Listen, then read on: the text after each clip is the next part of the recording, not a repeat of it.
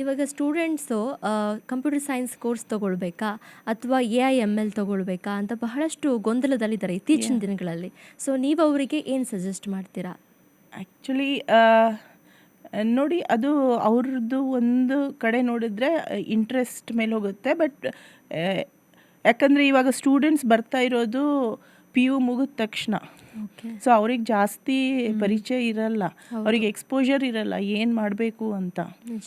So computer science and engineering ಅಂತ ತಗೊಂಡಾಗ ಅವ್ರದ್ದು ಫೌಂಡೇಶನ್ಸ್ ತುಂಬ ಸ್ಟ್ರಾಂಗ್ ಆಗುತ್ತೆ. ಓಕೆ. ಅದು ಆದಮೇಲೆ ಡೆಫಿನೆಟ್ಲಿ ದೇ ಹ್ಯಾವ್ ಅವರಿಗೆ ಇನ್ನೂ ಸ್ಕೋಪ್ ಇರುತ್ತೆ ಮುಂದೆ AI/ML ಸ್ಪೆಷಲೈಸೇಷನ್ ಮಾಡ್ಕೊಳ್ಳೋಕ್ಕೆ, ಅಥವಾ ಈವನ್ ಯಾವುದಾದ್ರೂ ಪ್ರೊಫೆಷ್ನಲ್ ಸರ್ಟಿಫಿಕೇಷನ್ ಮಾಡ್ಕೋಬೋದು ಅವರು. ಸೊ ಎರಡು ಕಂಪೇರ್ ಅಂತ ಮಾಡೋಕ್ಕಾಗಲ್ಲ. Okay. Both are equally important and ಎರಡೂ ಅದರದ್ದೇ ಒಂದು ಇದು ಇಂಪಾರ್ಟೆನ್ಸ್ ಇದೆ.